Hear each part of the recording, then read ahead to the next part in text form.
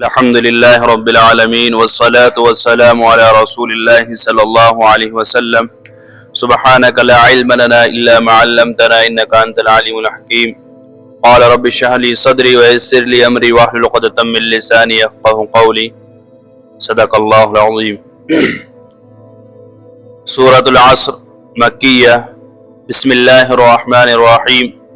والعصر إن الإنسان لفي خسر إلا الذين آمنوا وعملوا الصالحات وتواصوا بالحق وتواصوا بالصبر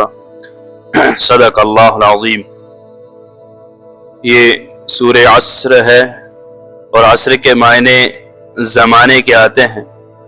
اور اللہ تبارک و تعالی نے اس سورت کے اندر اگرچہ یہ چھوٹی ہے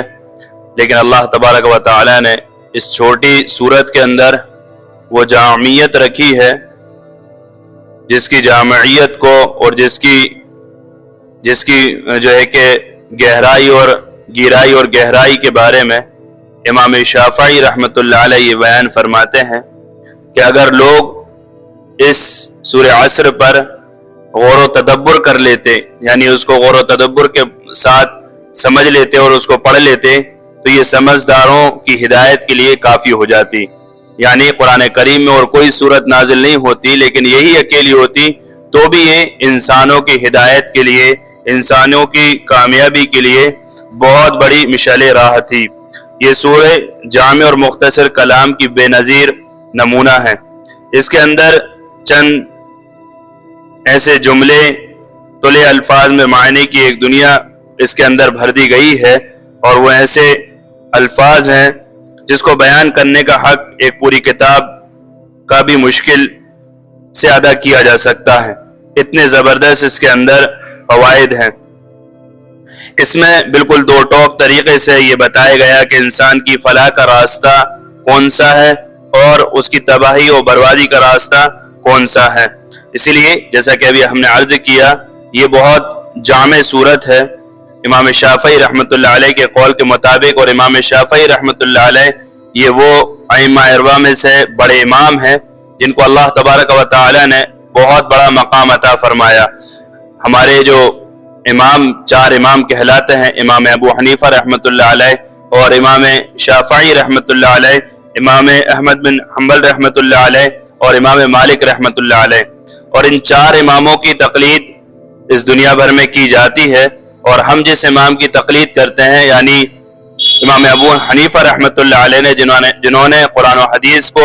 چھانٹ کر اس میں سے مسائل کو اخذ کیا اور قرآن و حدیث کی بہترین تشریح بیان کی، ان کی ہم تقلید کرتے ہیں۔ امام شافعی رحمۃ اللہ علیہ بھی یہ بڑے امام ہیں۔ تو اس سورت کی حقیقت یہ ہے کہ اس کے شان نزول کے بارے میں ایک روایت بیان کی گئی ہے کہ وہ یہ ہے کہ ابو الاسد نامی ایک شخص تھا اور وہ کافر تھا، اور حضرت ابو بکر صدیق رضی اللہ عنہ کے اسلام لانے سے پہلے دونوں لوگ دوست تھے آپس میں۔ جب حضرت ابو بکر رضی اللہ عنہ اسلام لے کر آ گئے تو پھر ان سے ملاقات ہوئی، تو ابو الاسد جو شخص تھا وہ تو ایمان لے کر نہیں آیا تھا، لیکن وہ یہ بات سمجھتے تھے کہ جو بتوں کی پوجا کو چھوڑ دے، جو 360 کو ماننا چھوڑ دے اور کسی ایک طرف یعنی ایک اللہ کو ماننا شروع کر دے تو گویا کہ وہ اپنے دین سے پھر گیا۔ یہ ان کا ایک اپنا عقیدہ بنا ہوا تھا۔ جب حضرت ابوبکر رضی اللہ عنہ نے اپنے آپ کو اللہ کے احکام کے سپرد کیا، اللہ کے نبی صلی اللہ علیہ وسلم کے دامن میں اپنے آپ کو دیا، تو وہ ایک دن ملا اور کہنے لگا ابوبکر تم بے دین ہو گئے ہو، یعنی تم نے دین کو چھوڑ دیا ہے اور تم نے بڑے نقصان اور خسارے کا کام کیا۔ حضرت ابوبکر رضی اللہ عنہ چونکہ اللہ کے بہت ہی برگزیدہ بندے تھے اور اللہ کے نبی صلی اللہ علیہ وسلم کے ایک اہم اور بہت جو ہے کہ اہم ساتھی تھے، انہوں نے یہ جواب دیا کہ بڑے اچھے انداز میں یہ جواب دیا، انہوں نے اس بات کو کہا کہ خسارے میں ہم نہیں، خسارے میں تم ہو۔ جس نے اپنے آپ کو اللہ اور اس کے رسول صلی اللہ علیہ وسلم کے دامن میں دے دیا تو وہ کبھی خسارے میں نہیں جا سکتا۔ اسی لیے اس سورت کی جو ابتدا کی گئی وہ عصر سے کی گئی، اور عصر کے معنی زمانے کے آتے ہیں اور الگ الگ اس کے معنی بیان کیے گئے ہیں۔ بعض نے یہ کہا کہ عصر کا وقت بھی اس سے مراد ہے، بعض نے یہ کہ اللہ کے نبی صلی اللہ علیہ وسلم کا جو پہلا زمانہ تھا جس کی وہ مراد ہے اس سے. لیکن جو بھی ہو، یعنی بعض مفسرین نے رسول اللہ صلی اللہ علیہ وسلم کے زمانے کو لیا ہے، یعنی قسم ہے پیغمبر صلی اللہ علیہ وسلم کے زمانے مبارک کی، جس میں رسالت عظمیٰ یعنی جو اللہ کے نبی کی رسالت تھی اور خلافت کبریٰ کا نور اپنی پوری چمک و دمک کے ساتھ روشن تھا. بعض نے اس کے مراد لیے ہیں، لیکن جو معنی پہلے بیان کیے یعنی یہ زمانے کے ساتھ مشتق ہے، اور اس زمانے کے اندر انسان کی جو زندگی ہے اس کے اندر اچھے حال بھی آتے ہیں، برے حال بھی آتے ہیں، ہفتہ بھی ہے، مہینہ بھی ہے، سال بھی ہے، اور پوری زندگی کا منٹ، سیکنڈ، گھنٹے سب اس کے اندر شامل ہیں. تو اس کے اندر آدمی نیک عمل بھی کر سکتا ہے، اور جو نیک عمل کرے گا تو وہ کامیاب ہوگا، اور جو بد عملی کرے گا وہ ناکام ہوگا. تو اس صورت کے اندر ایک یہ پیغام دیا گیا اور قسم کھا کر یہ بتایا کہ والعصر، قسم ہے زمانے کی کہ انسان بڑے خسارے میں ہے. جو انسان جو دنیا کے اندر زندگی گزار رہا ہے یہ تمام کے تمام انسان خسارے میں ہے. لیکن خسارے سے بچیں گے کون لوگ؟ تو وہ 4 قسم کے لوگ ہیں جن کے اندر 4 صفات ہوں گی، وہ اس خسارے سے بچیں گے. اور جس کو یہ کہا جاتا ہے، اور اس میں عقیدہ بھی داخل ہے، اور عقیدے کی تعریف یہ ہے کہ دین کی وہ باتیں، اصولی باتیں جن سے جو ہے کہ اللہ کے احکام پر عمل کیا جاتا ہو اور اللہ کے احکام پر چلا جاتا ہو. تو الا الذين امنوا وعملوا الصالحات وتواصوا بالحق وتواصوا بالصبر. خسارے سے جو لوگ بچیں گے وہ بچیں گے نمبر 1 ایمان لانے والے، جو ایمان لے کر آئے، جس کو ایمان مفصل اور ایمان مجمل میں بھی ذکر کیا جاتا ہے کہ آمنت باللہ کما ہوا باسمائہ وصفات کما ہوا باسمائہ وقبلت جميع احکامہ، کہ میں اللہ پر ایمان لایا اور اس کے تمام احکام پر جیسا کہ وہ اپنی صفات کے ساتھ ہے، اور میں نے اس کے تمام احکامات قبول کیے. دوسری ایمان مجمل، ایمان مفصل یہ ہے کہ آمنت باللہ کما ہوا باسمائہ وصفاتہ وقبلت جميع احکامہ، کہ یہ خالی اللہ پر ایمان لانا، کہ ہم اللہ پر ایمان لے کر آ جائیں، اللہ کو مان لیں، یہ تو کرنا ہی ہے. لیکن اللہ نے جن چیزوں کو ایمان اور عقیدے کے اندر داخل کیا ہے اس کو ماننا اہم ضروری ہے. فرشتوں کا ماننا، موت کو ماننا، موت کے بعد دوبارہ اٹھنا، رسولوں کو ماننا کہ آمنت باللہ کما ہوا باسمائہ وصفاتہ وقبلت جميع احکامہ، یہ ایمان مجمل کہلاتی ہے. اور آمنت باللہ وملائکتہ وکتبہ ورسلہ والیوم الآخر والقدر خیرہ وشرہ من اللہ تعالی والبعث بعد الموت. یہ گویا کہ ایمان کے بنیادی اجزاء ہیں، ان پر ایمان لانا ضروری ہے. سب سے پہلے اللہ پر ایمان لانا، اس کے رسول پر ایمان لانا، پھر ملائکہ پر ایمان لانا، آخرت پر ایمان لانا، اچھی بری تقدیر پر ایمان لانا، مرنے پر ایمان لانا، اور مرنے کے بعد دوبارہ زندہ ہونا ہے، اور حساب و کتاب ہے، جنت و دوزخ ہے، اور اللہ کا عرش ہے. ان تمام چیزوں پر ایمان لانا یہ ہماری ضرورت ہے، اور اس کے بغیر کامیاب ہم نہیں ہو سکیں گے. کہ ایمان بنیادی چیز ہے، اور ایمان والوں ہی کے، بلکہ حدیث شریف کے اندر آتا ہے کہ ایک ایمان والے کی بنیاد پر ہی اس دنیا کا اللہ تبارک و تعالی نے نظام قائم و دائم رکھا ہے. اور ایمان کیا چیز ہے؟ اپنی زبان سے اقرار کرنا، اقرار باللسان تصدیق بالقلب، کہ زبان سے اقرار بھی کیا جائے کہ ہم اللہ کو، اللہ کے احکام کو مانتے ہیں. ایک بات یہاں یہ بھی یاد رکھنا چاہیے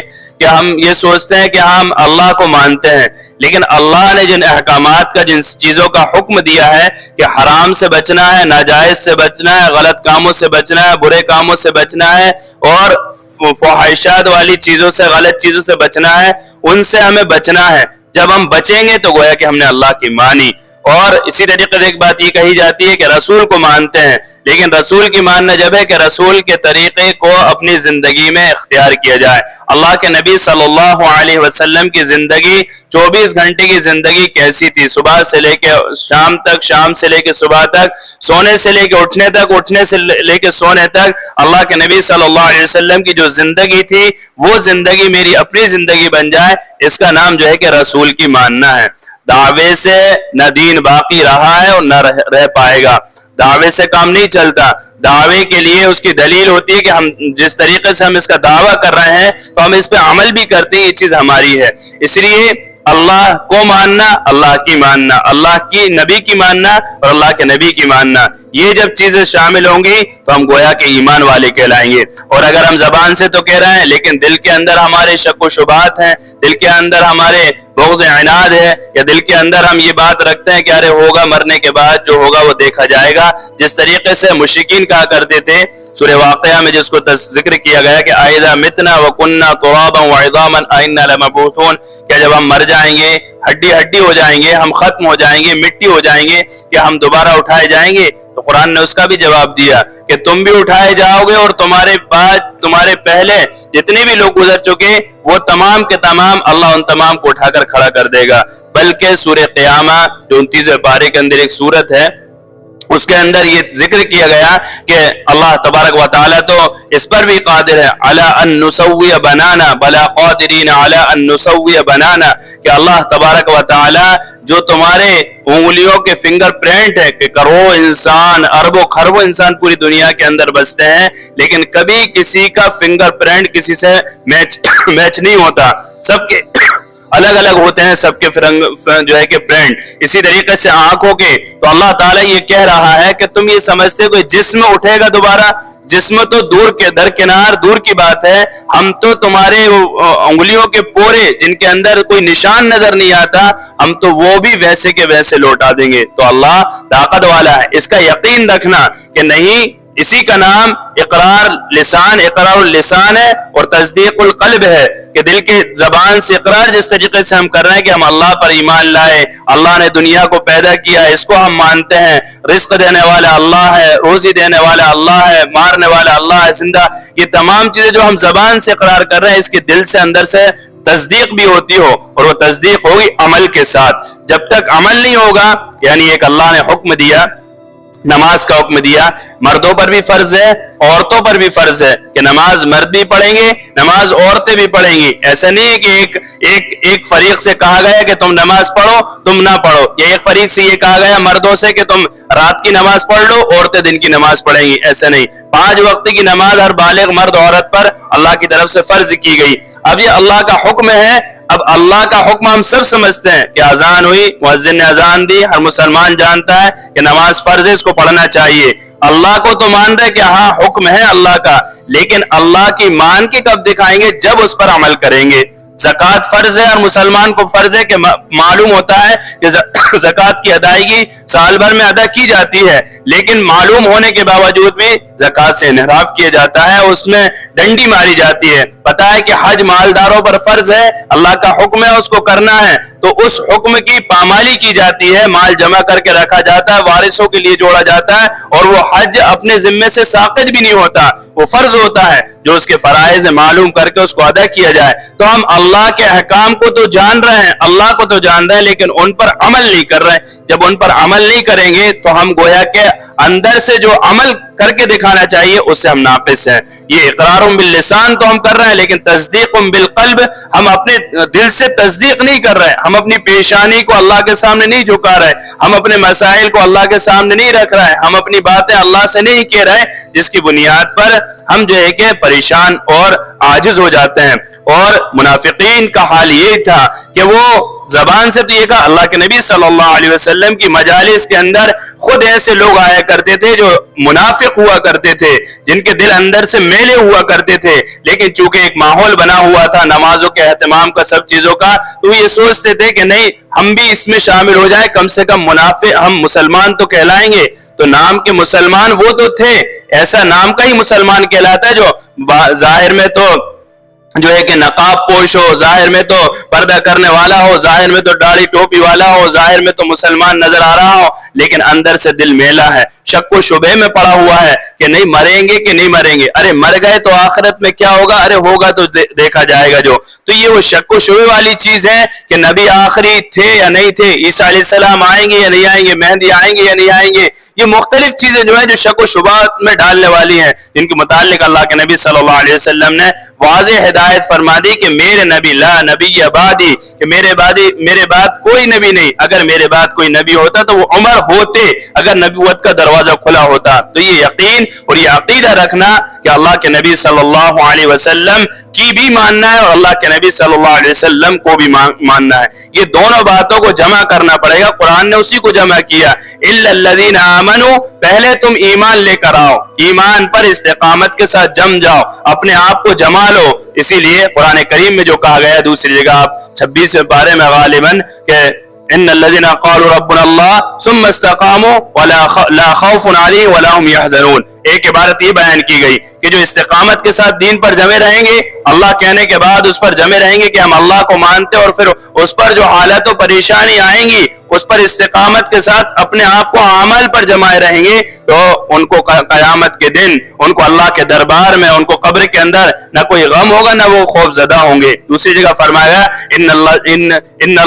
الذين قالوا ربنا الله ثم استقاموا تتنزل عليهم الملائكة الا تخافوا ولا تحزنوا، جو بشارتیں دی گئی ہیں کامیابی کی وہ اللہ پر ایمان لا کر پھر اس پر جم جانے پر دی گئی ہیں، اس کے بعد ملائکہ استقبال کریں گے، اس کے بعد بشارتیں دی جائیں گی، اور پھر جنت کا ٹکٹ تمہارے لیے رائٹ کر دیا جائے گا، اس کو طے کر دیا جائے گا کہ اب تم جنت والے ہو۔ دنیا اور دنیا کی زندگی تو ایسی ہے کہ اس میں غم آئیں گے، وَلَنَبْلُوَنَّكُمْ بِشَيْءٍ مِّنَ الْخَوْفِ وَالْجُوعِ وَنَقْصٍ مِّنَ الْأَمْوَالِ وَالْأَنفُسِ وَالثَّمَرَاتِ وَبَشِّرِ الصَّابِرِينَ۔ یہ قرآن نے فیصلہ کر دیا کہ ہم تمہیں آزمائیں گے کبھی کسی طریقے سے، وَلَنَبْلُوَنَّكُمْ بِشَيْءٍ مِّنَ الْخَوْفِ وَالْجُوعِ، کبھی خوف کے ساتھ، کبھی بھوک کے ساتھ، کبھی کھیتی میں کمی کر کر، کبھی زیادتی کر کر، کبھی اولاد لے کر، کبھی اولاد دے کر، اللہ ہر طریقے سے آزمائے گا، لیکن اس آزمائش کے اندر جو کھرا اترے گا، جو اپنے آپ کو قالوا ربنا اللہ کہہ رہا ہے کہ نہیں میں تو اللہ کو مانتا ہوں، تو اللہ ہر چیز کا انتظام کرنے والا ہے، اللہ چلانے والا ہے، جب یہ اپنے عمل سے اس چیز کو دکھائے گا تو پھر آگے فرمایا گیا وَبَشِّرِ الصَّابِرِينَ کہ ایسے لوگوں کے لیے، صبر کرنے والوں کے لیے بشارت ہے۔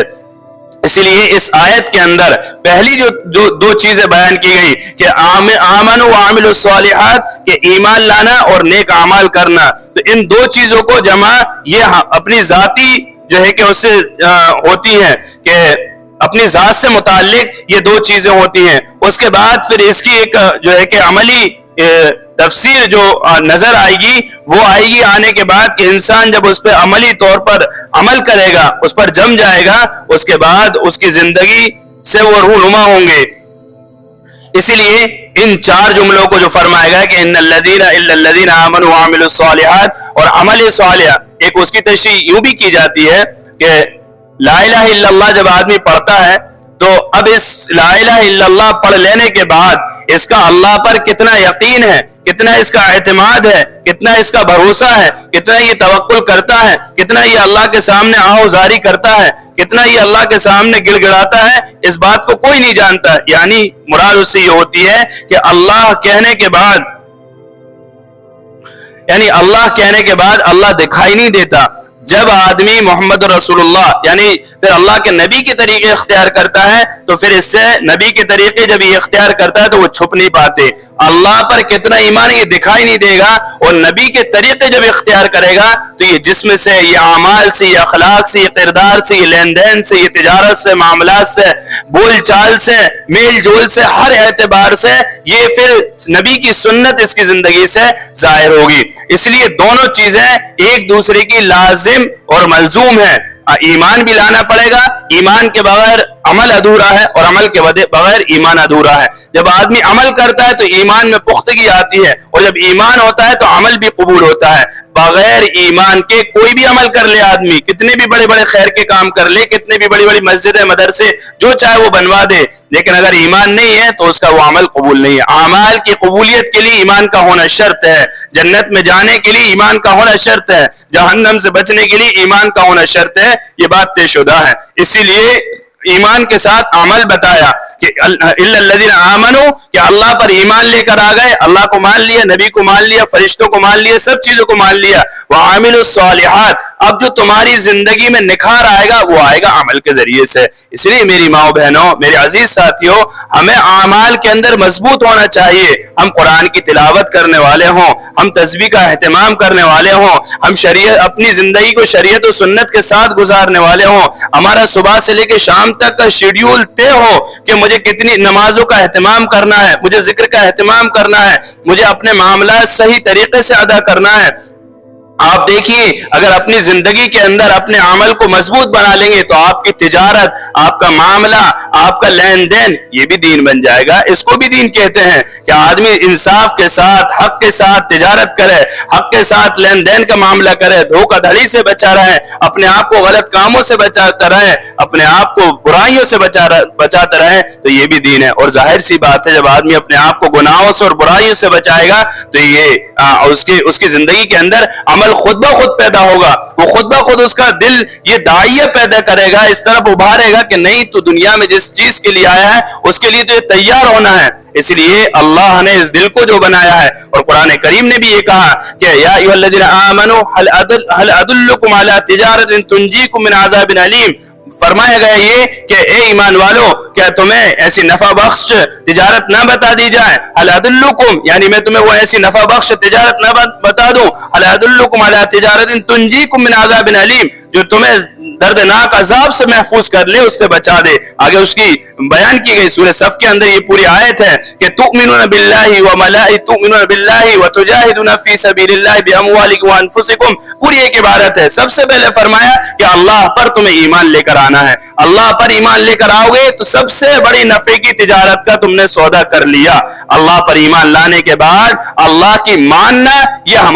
ہمارے لیے لازم اور ضروری ہے۔ اگر اللہ کی نافرمانی کے ساتھ زندگی گزاریں گے تو جو اللہ خبر دے رہا ہے کہ تنجیکم من عذاب علیم، کہ ہم تمہیں زبردست دردناک عذاب سے نجات دے دیں گے، اس سے بچا دیں گے، جب ہم اعمال کو چھوڑ کر زندگی گزاریں گے تو اللہ نہ کرے کہ ہمارا ٹھکانہ عذاب علیم ہو جائے۔ اس لیے میری ماں و بہنوں، اپنی زندگی کو اعمال سے مزین کرنا یہ ایک ایمان والے مرد کا اور ایک ایمان والی عورت کا یہ جو ہے کہ ایک نسخہ کیمیا ہے، اس کو اپنی زندگی کا جزو لازم بنانا چاہیے، کیونکہ دنیا کی زندگی کے آخرت کی زندگی کے مقابلے میں، جیسا کہ پیچھے ہم نے اس میں عرض کیا تھا کہ آخرت کی کوئی زندگی ایسی نہیں ہے کہ اس سے غفلت برتی جائے، اور دنیا کی زندگی بھی اتنی زیادہ نہیں ہے کہ اس میں لگ کر اپنی آخرت کو جو ہے کہ بیکار کیا جائے۔ دنیا کی زندگی چند روزہ ہے، کل متاع الدنیا الا قلیل، قرآن کا فیصلہ ہے اور واضح فیصلہ اور حق فیصلہ ہے، کل متاع الدنیا الا قلیل، کہ دنیا کی زندگی یہ تھوڑی سی زندگی ہے۔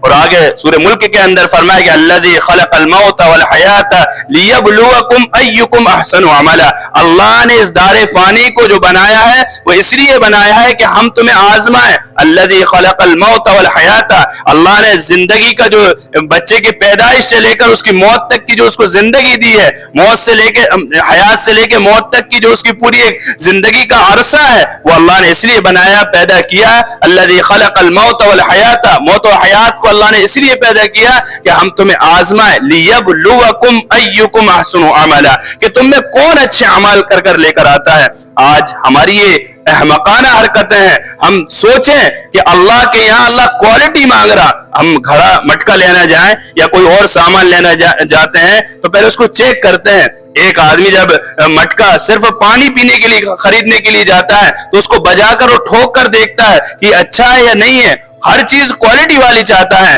تو میری ماں و بہنوں، میرے عزیز ساتھیو، یہ بتاؤ کہ اللہ کے یہاں ہم ملاوٹ والے اعمال لے کر جائیں گے تو اللہ نہ کرے، حالانکہ دنیا کے تاجروں سے، دنیا والوں سے اللہ کی مثال نہیں دی جا سکتی۔ اللہ تو کوئی انسان عمل کر کے نہ جائے، ایمان والے ہی ہو اللہ اس پہ بھی کامیاب کر دے گا۔ اللہ تو رحیم ہے اور غفور ہے، اس میں اللہ کی کوئی شک نہیں ہے، اللہ تو بے پناہ رحم کرنے والا ہے، 70 ماؤں سے زیادہ محبت کرنے والا ہے۔ لیکن انصاف کا تقاضا یہ ہے کہ اللہ قہار بھی ہے، اللہ پوچھے گا بھی، اللہ حساب بھی لے گا، یہ ہمارا عقیدہ ہے، اچھے برے اعمال کا اللہ حساب لے گا۔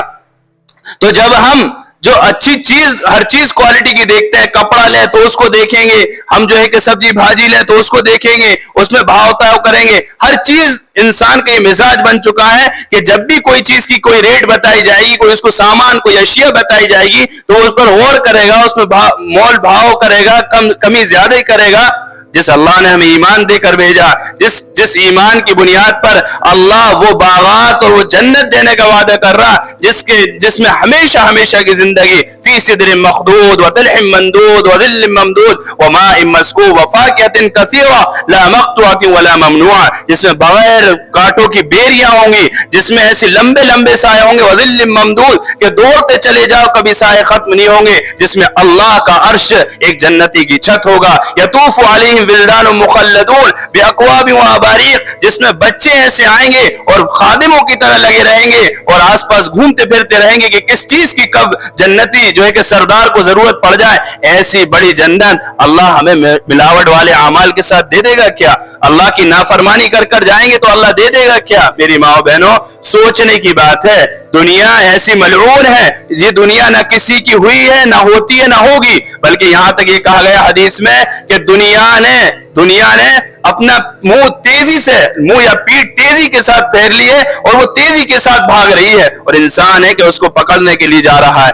کہ مجھے اتنی دنیا مل جائے، اتنی دنیا مل جائے۔ حالانکہ حدیث شریف کے اندر یہ آتا ہے کہ جب انسان دنیا سے بے رغبت ہو کر اللہ اور اس کے رسول اور دین کے کاموں میں، دین کے احکام کو پوری توجہ، محنت اور للہیت اور خشیت کے ساتھ مکمل طور پر چل کر اس پر عمل کرتا ہے، تو حدیث کے اندر الفاظ آتے ہیں وہی راغمہ، کہ دنیا نہ چاہتے ہوئے بھی اس کے سامنے آ کر گر جاتی ہے۔ ہم صحابہ کی زندگی دیکھ لیں، یہ جو سورہ عصر ہے اس میں بیان کیا گیا ہے کہ 2 صحابی ایسے تھے۔ آج ہمارے معاشرے میں کس کا مزاج ہے یہ؟ ہم تو جب 2 ملتے ہیں، 2-4 بہنوں کا اگر گروپ بنے گا، دو عورتیں ملیں گی، 4 عورتیں ملیں گی، تو بات ہوگی سوٹ کی، بات ہوگی گھر کی، بات ہوگی رشتوں کی، بات ہوگی ادھر کی، ہر بات ہو جائے گی، لیکن آخرت کا مذاکرہ کبھی نہیں ہوتا۔ اللہ ماشاءاللہ انکار نہیں ہے، کرنے والی کرتی بھی ہے، کرنے والے مرد کرتے بھی ہیں، لیکن ہمارے تذکرے دنیا کے ہیں، دنیا کے فائدوں کے بارے میں ہیں، دنیا کی کمائیوں کے بارے میں، گھر مکانوں پلاٹوں کے بارے میں ہیں۔ اسی لیے ہماری زندگی میں سے برکتیں ختم ہو چکی، ہمارے مالوں میں سے برکت ختم ہو چکی۔ 2 صحابی ملتے، وہ جب تک جدا نہ ہوتے جب تک ایک سورہ عصر سنا نہ دیتا اور دوسرا سن نہ لیتا۔ یہ صحابہ کا مزاج تھا، ان کو آخرت کا پورا یقین تھا کہ نہیں، ہم اللہ کے ہیں اور اللہ ہمیں اپنا بنانا چاہتا ہے اور اللہ نے ہمیں پیدا کیا ہے، تو اللہ کی فرما برداری کر کر چلے جاؤ کہ من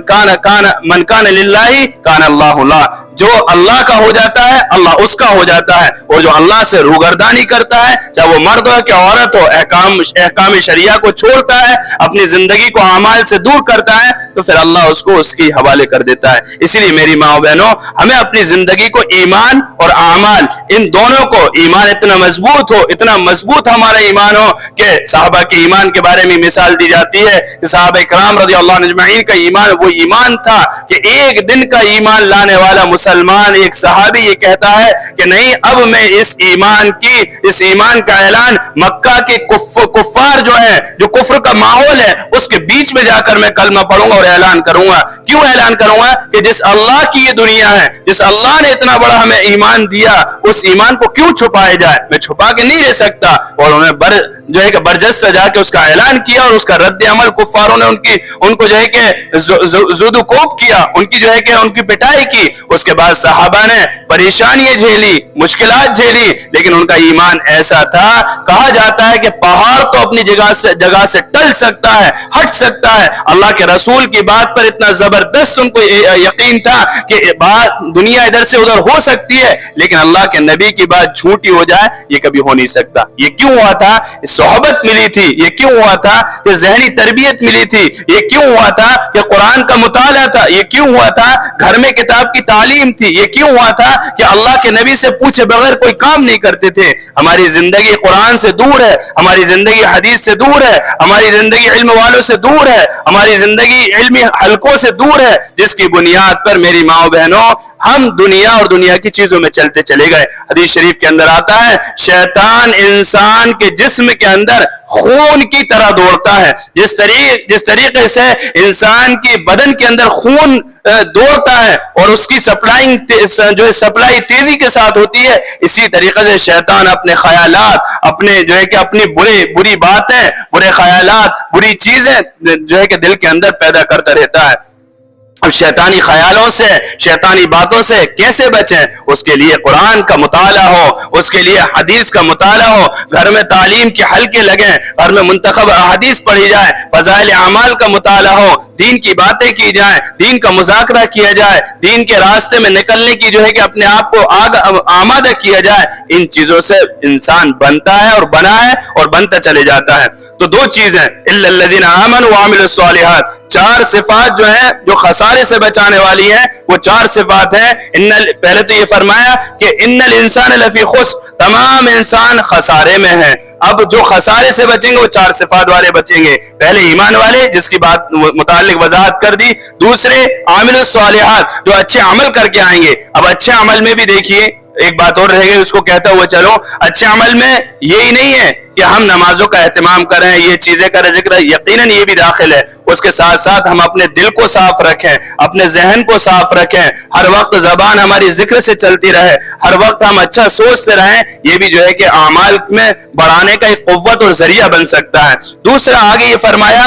آمنو اور عامل الصالحات، یعنی ایمان لانا اور جو ہے کہ اچھے عمل کرنا، یہ میری خود کی ذات سے تعلق رکھتا ہے۔ وَتَوَاصَوْا بِالْحَقِّ وَتَوَاصَوْا بِالصَّبْرِ، اب یہ دو جملے ہیں، اس کی کچھ تشریح ہے۔ اس کی تشریح یہ کی گئی کہ تواصی بالحق اور تواصی بالصبر، یہ دو جملے ایسے ہیں، ایمان اور عمل صالح، جو خود انسان کی اپنی خود ذات سے متعلق ہوتے ہیں۔ اس کی تشریح واضح ہے کہ انسان اپنے طور پر جتنا زیادہ ایمان لے کر آئے اللہ پر، جتنا مضبوط یقین اور عقیدہ ہو اللہ اوپر، وہ کوئی دیکھ نہیں سکتا، وہ اس کے ایک اللہ اور اس کے درمیان کا معاملہ ہے۔ دوسری چیز ہے تواصی بالحق اور تواصی بالصبر، یعنی حقی فہمائش کرنا اور اچھی باتوں کی فہمائش کرنا، سچ کی تلقین کرنا اور صبر کی تلقین کرنا، صبر کی فہمائش کرنا، یہ دو بھی آپس میں، یہ بھی جو کہ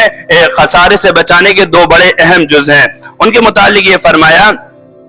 کہ اس سے مراد یہ ہے کہ تواصی، یہ لفظ جو ہے کہ وصیت سے مشتق ہے، یعنی وصیت سے یہ ملا ہوا ہے۔ کسی شخص کو تاکید کے ساتھ مؤثر انداز میں نصیحت کرنے اور نیک کام کی ہدایت کرنے کا نام وصیت ہوتا ہے۔ اسی وجہ سے مرنے والا جو اپنے بات کے لیے کچھ ہدایت دیتا ہے اس کو بھی وصیت کہتے ہیں، یعنی مرنے والا یہ کہہ جاتا ہے میری پراپرٹی، میری یہ چیزیں اتنی اتنی بانٹ دینا، اتنی اتنی کر دینا، تو اس کو وصیت کہتے ہیں۔ اور دوسرا یہ دو جز ہیں،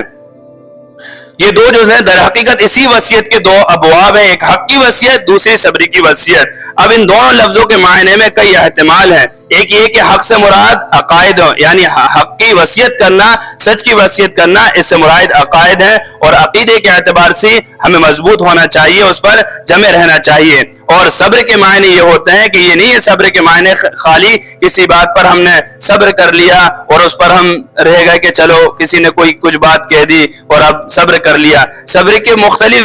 جو ہے کہ اس کے معنی اور تعریف بیان کی گئی، اس میں سے ایک یہ بھی ہے کہ آدمی اپنے آپ کو گناہوں سے اور برے کاموں سے بچا کر رکھے اور گناہ اور برے کاموں کے مقابلے میں اپنے آپ کو نیک کاموں پر جما لے، یعنی اچھے کاموں پر استقامت کے ساتھ جما لے۔ حالات و پریشانی تو آتی رہیں گی، یہ تو پریشانی اور حالات تو آتی رہیں گی، حالات اور پریشانی کے مقابلے میں اپنے آپ کو اچھے اعمال پر، نیک اعمال پر جما لینا۔ یعنی